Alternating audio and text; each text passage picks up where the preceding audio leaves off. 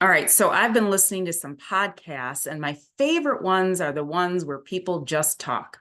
So, let you in on what they're thinking about, and you get some great insights, and something that I just love to do, especially when I'm walking my dog or just doing some cleaning around the house. So, I figured I would give that a shot now. So, I'm just going to talk and let myself kind of think out loud. So I did want to continue with my last video in regard to federal and estate tax exemptions, because I'm meeting with a couple today, and we do have some estate tax concerns. And the first thing that people need to do when they're thinking about estate planning matters, whether there are estate tax considerations or not, is to think about their assets. So what assets do you own? And the idea here is to not exclude anything because you think it doesn't matter, because you can't remember, because it's an asset that you own with somebody else, because it's an asset with ownership in a company or an entity, or because it's out of state or an international asset, or whatever it may be. Do not exclude any assets as far as when you're writing down what you own. And again, typically there is some follow-up to do. People either can't remember, need to look into something else, or something else finally does come in their mind. And so that is okay. But the idea is to start writing out everything that you can think of and write some notes down as far as questions or something to follow up on. So for example, I sent out through email an estate planning questionnaire. I have software where I do send out an estate planning questionnaire for most people. Some people do not like that, so that's okay. We figure out something else. But that estate planning questionnaire can be filled out just using your smartphone or computer and then submitted, and then I can get that and look at that. So that's what we've done here with the couple that I'll have a meeting with today. And I've looked at what they have submitted, and I have then taken that information and, at least for now, put their assets in an Excel spreadsheet. And I have also looked online. I'm trying to assess company information. I looked up some website as far as getting some information on a corporation. I also looked up information on real estate. I'll be looking to get copies of deeds and so on. And in the meeting, I'm going to ask various questions as far as who owns this, who's on title, who is a beneficiary, is it jointly owned, is there another owner, what's your ownership interest in this company, let me see that shareholder agreement, all of the questions, and we will have follow-up there. But I was able to at least preliminarily assess generally where we're at, even at this time. And for some people you can, and some people you can't. But I can generally assess that we are concerned about estate taxes, both New York and federal estate taxes, and we do want to do some planning. So at this meeting, I do want to confirm information, but I also want to at least open the doors to some thoughts about planning. Now, as a couple, of course, you have more planning opportunities with estate tax planning, because you have the opportunity to pass certain assets through the second estate, and you have the opportunity to plan for the first spouse's death, use the credit available, especially the New York credit, and then consider else what after that needs to be done. And so we're going to get out some ideas.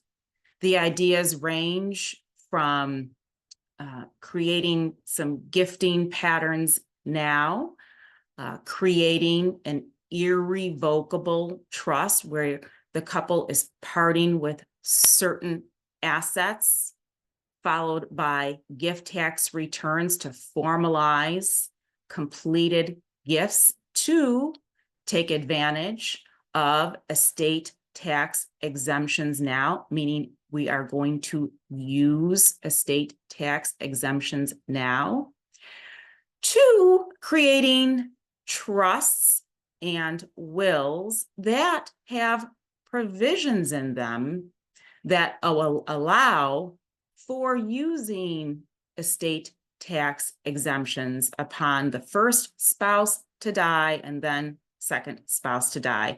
And there are pros and cons to everything. Now, those are just some examples. There are other examples as well.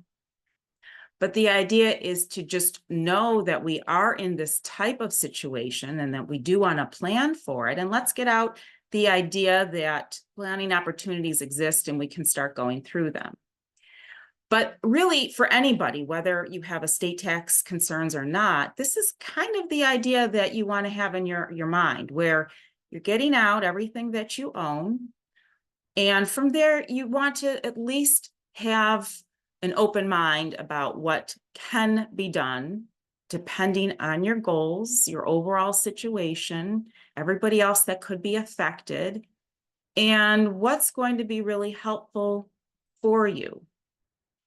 Now, I just wanted to bring out one example where I worked with a couple who really did not have any understanding that they had estate tax concerns. And it was a problem because they couldn't really see the value in going through options because they believed that the joint assets that they held were going to take advantage of whatever credits there could be, and therefore they wouldn't have estate taxes as a concern. And that's not the case. When you own assets jointly with your spouse, upon the first spouse to pass, by operation of law, the joint account is now just the survivor's account, and you have not used the first spouse's estate has not used the credit, the estate tax credit permitted to that spouse at the time. And therefore, now everything is in the survivor's name, and now we've stacked it up. Now we only have the one credit for the one spouse who passes, and that may not be sufficient as far as the overall estate that they have jointly left to the one surviving spouse. And you have to create some vehicle by which the credit can be used. So you can create your will or your trust or both. But if you're just using those joint accounts and think that that is a means to create the estate tax planning that you need or potentially need given estate tax concerns, that is something that needs to be corrected in your mind first and foremost, and then figuring out the planning opportunities from there.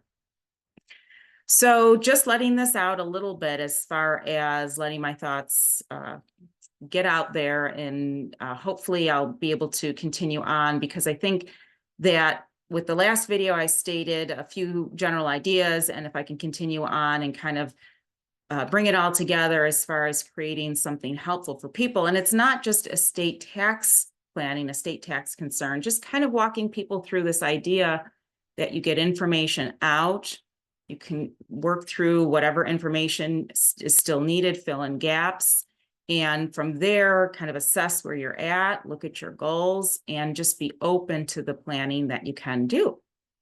All right, so I'm going to have my meeting a little bit later, and hopefully I'll be creating some more videos off of this, just as a walkthrough as far as, again, planning opportunities and sort of the process that one can think about going through. So this is Ruth George with Ruth P. George Law, PLLC, Trust and Estate Attorney. This video, as with any video I do put out, is for educational purposes only. It does not establish an attorney-client relationship, and I look forward to seeing you on another video.